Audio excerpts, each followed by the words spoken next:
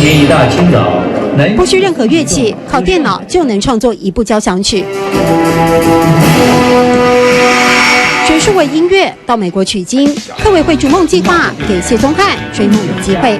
就是很开心，然后学到最新的技术回来。知心而后回馈，热爱本土音乐的谢宗翰也在制作经验里重新学习自己的文化。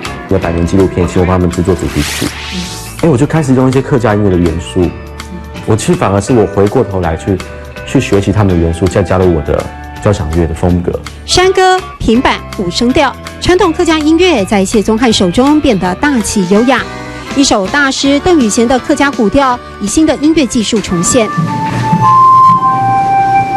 好像这个是那个邓雨贤的客人调，他当时也是去采集，他可能听到了就把它写下来，但是都没有音乐的一个记录。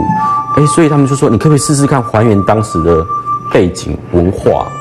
我就想说有可能是看到一些几个老先生在用二胡、鼓，那像这些全部都是虚拟的，都是假的，都是虚拟乐器，都不是真的。对对对。但本事是真的。台湾第一个考取科技音乐教师认证，谢宗翰的作品入围金曲奖、金马奖和金钟奖。28岁的谢宗翰扛着音乐奇才的期许进校园，创作、教学、传承所学。